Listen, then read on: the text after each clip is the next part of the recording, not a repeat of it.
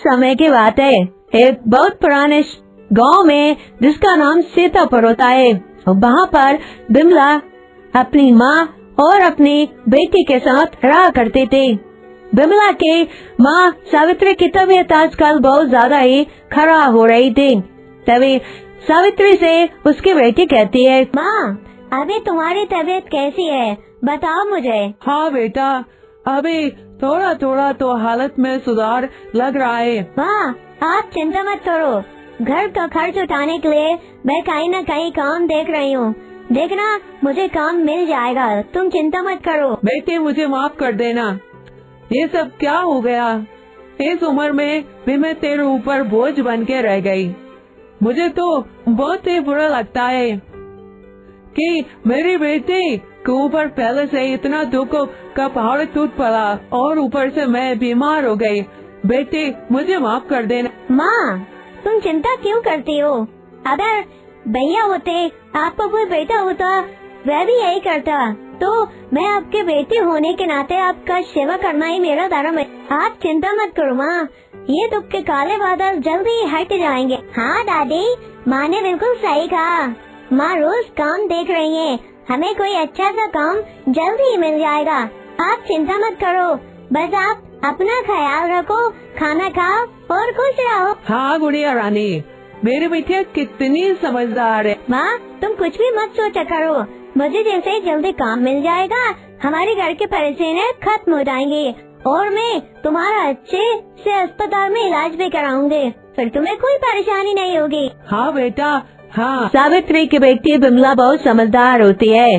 सावित्री की बेटी जानते थे कि माँ की तबीयत अभी बहुत ज्यादा खराब है और इसलिए उसे कोई न कोई काम करना ही होगा। दरअसल बिमला ऐसी नहीं होती है, बिमला बहुत ही साफ दिल की लड़की होती है। उसकी शादी धूमधाम से हुई होती है, लेकिन ससुराल वाले दहेज के लालच में उसे घर से बाहर निकाल देते हैं और बिमला अपनी बेटी को लेकर मायके आ जाती है। मायके में कुछ दिन व्यतीत होते ही उसकी माँ की तबीयत यानी कि सावित्री की तबीयत बहुत ज्यादा खराब हो जाती है। ऐसे हालत में बिमला सोचती है कि उसे कोई न कोई काम तो करना ही होगा, नहीं तो घर का गुजारा कैसे चलेगा। बिमला के परिवार में उसकी माँ और बेटी के अलावा और कोई नहीं होता है। बिमला के जन्म से पहले ही उसके बापूजी गुजर गए थे। बिमला का ना कोई भाई होता है और ना कोई बहन। सावित्री के एक लौते बेटी बिमला ही होती है। अब परिवार की जिम्मेदारी बिमला पर ही आ जाती है।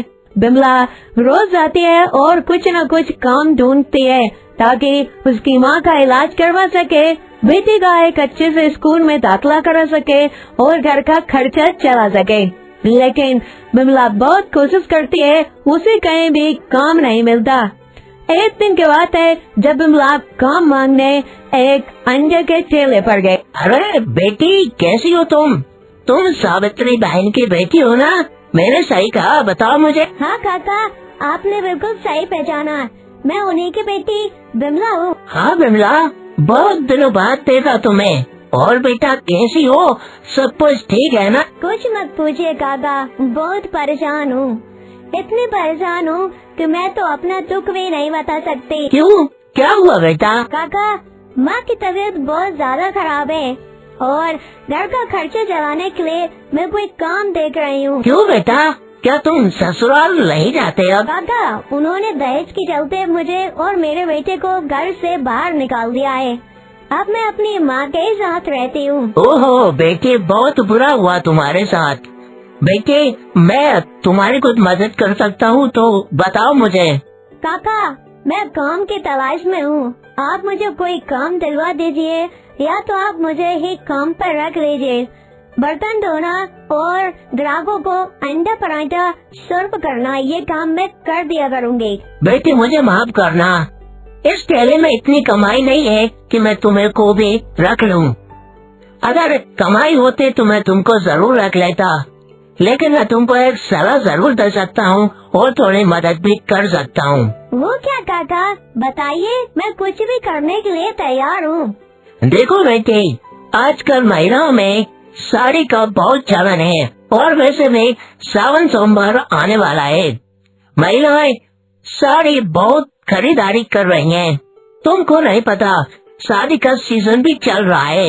हाँ काका, शादी का सीजन तो चल रहा है, लेकिन साड़ी और शादी इसका क्या मतलब है? बेटा, इसका मतलब है मैं तुमसे यह कहना चाहता हूँ कि तुम साड़ी का बिजनेस कर लो। छोटा मोटा ही सही, तुम साड़ी बेचना शुरू कर दो। देखना तुम्हारी बहुत बिक्री होगी और तुम्हारे दुख के ये जो काले बादल है ये भी छट जाएंगे। काका आपका कहना तो बिल्कुल सही है, लेकिन मेरे पास इतने पैसे तो नहीं है कि मैं कोई बिजनेस शुरू करूं।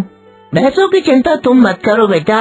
मेरा एक दोस्त है जो थोक में साड़ी और कपड़े विक्रेता है, जो बेचता है। मैं उससे तुम्हारी बात करवा दूंगा और थोड़े बहुत पैसे मैं तुमको दे दूंगा।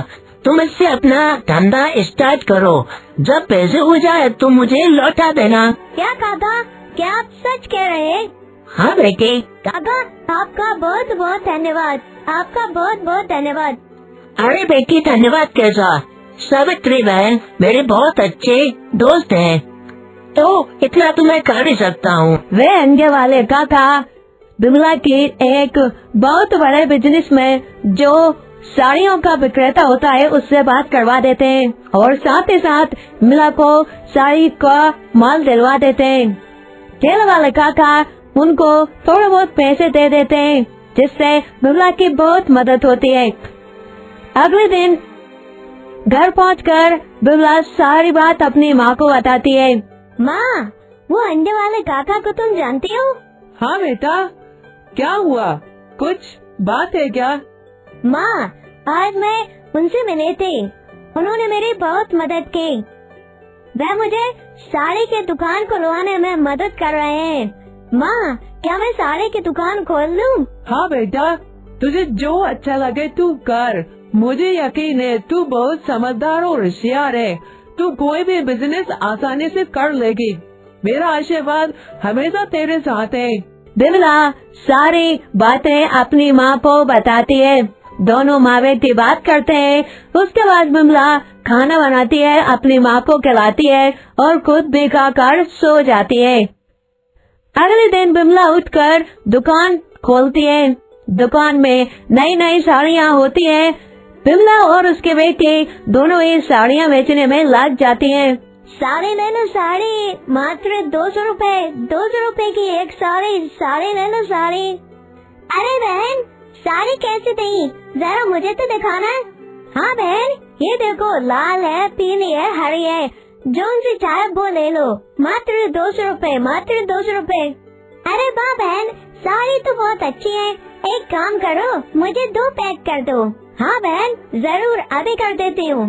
बिमला की किस्मत बहुत अच्छी होती है। पलक झपकते ही बिमला के दुकान चल पड़ती है। पहले ही दिन बिमला 5,000 रुपए का बिजनेस करती है और वे अपनी माँ को बताती है। माँ देखो, पहले ही दिन हमारे 5,000 रुपए की कमाई हुई है।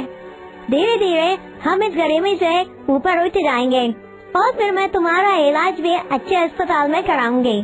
हाँ बेटी, ऐसे ही तरक्की करे। मेरा आशीर्वाद तो सदा तेरे साथ है। बिमला का काम चल पड़ता है। बिमला बहुत ही लगन से साड़ी का बिजनेस करती है। बिमला के पास जैसे ही पैसे इकट्ठे हो जाते हैं, वह अंडे वाले काका का भी पैसा चुका देती है और उनसे शुभकामनाएं